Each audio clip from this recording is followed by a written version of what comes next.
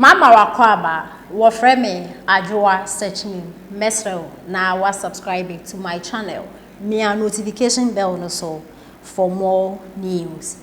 Ebusuafo ni pe ya okase o kire se o free central region na auto enkra de ama omanpani dada John Dramani Mahama ede enkra e na branti wato edi e free central region aya de afewi ma de ekwakoma omanpani dada John Dramani Mahama e wo cantonment Abranti ya chesa omanpani dada John Dramani Mahama also babe ye 24 hours economy wa ka ato Ghana fu won mo de sresre 24 hours economy no mo bisa say companies be na ade ba be ye ana 24 hours economy no kan ya ni say wa ba wo de abanti no bia nkoye adwuma 24 hours se sa na wo ka de sike mbe kremi hute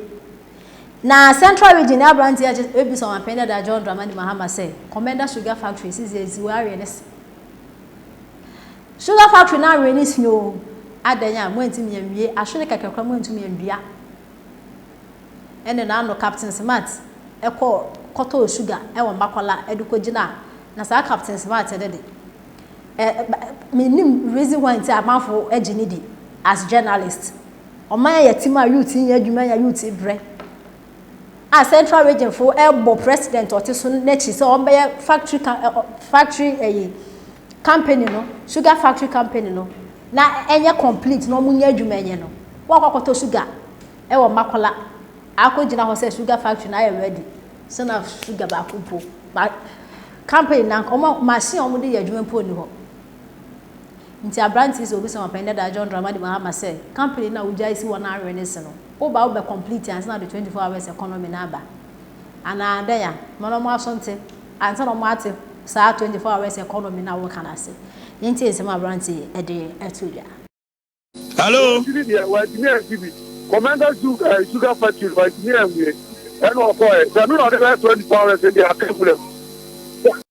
Me dey so ye say sa 24 hour ade un say wo enwuma bi wo no ma seasonal. So wo hwe Dr. Kwaku oten ne burukutu modwuma omo ye ya. Se bedu Christmas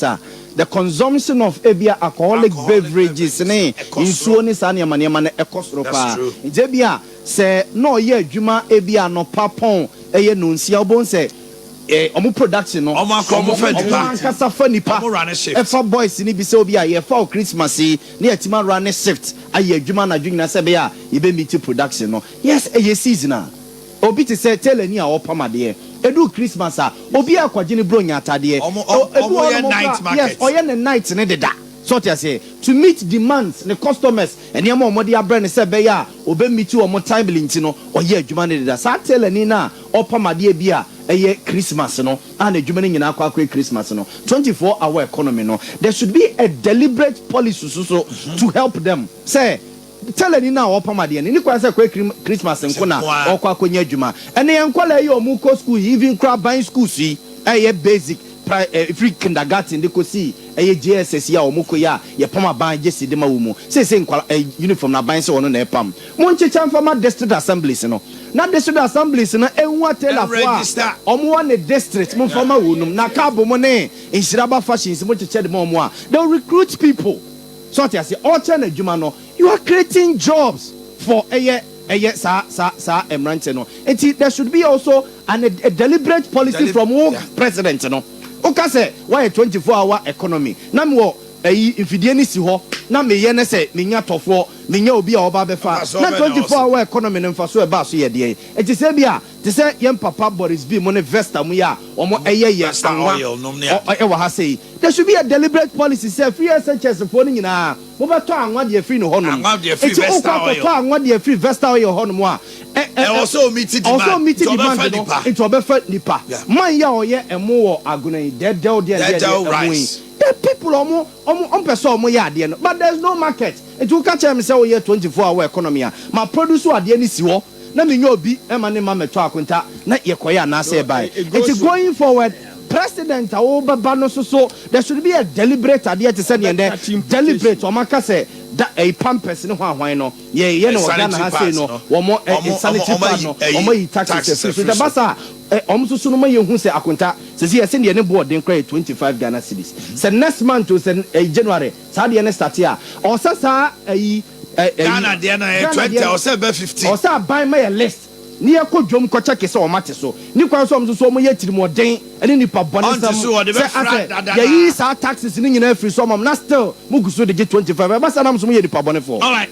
so I mean for it correspond with economy ni ye bottom. Thank you. Corresponding in our pocket. Thank you. Because any vote no kwa vote say subeti o infractions and distractions what party ni mu obi beti ala ho asem bi kra no e ma ne nkoto aba no obeti ala be kan asem bi yenye campaign ase kra o die ko no ade ewu e na we nyina achi oman me se we nyina achi no and this photo be bi di o mama se ko kan yesa free oba obetwa license exam sa na manema we omunka bi o eno kra da baby afed the internal friends confusion e koso one is of way ansa na wasa ba beka mama de ansa na wan kasa wo message enema me say we agro ya obrem akoda de ekoi me anya me nwanwa kra and ebia na kese besisi emra omo be crisscross across the country near the day we kusia ne dom no ye be hu na kese pi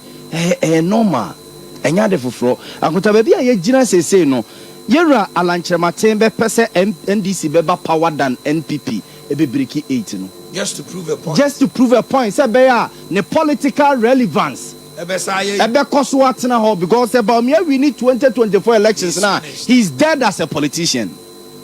Alanchematen carry our politics mu ebe be yes about me we need 2024 elections no a enti kwan bia so they also mu ye bia whether physical spiritual economical relical funeral relical ne wa bia se party ase se ye ase se adore na se no be kwa koshia be bia o mesia ne bia kwan bia o be faso bia to embarrass him no on be faso so hu o ka se o se ba o mia ekoshia Allah ne hwan na konta so bi be shia obi a it depends on o posture what I say sebeba woni mu ni wa ba be din koma mo ni posture no alanche misro wa kan de wi mami nkasa the posture no from day one and e be kire say obi betima bananim na ba be din komo na be ka sum se mama na ye ya na say one ne nkama ne enye yi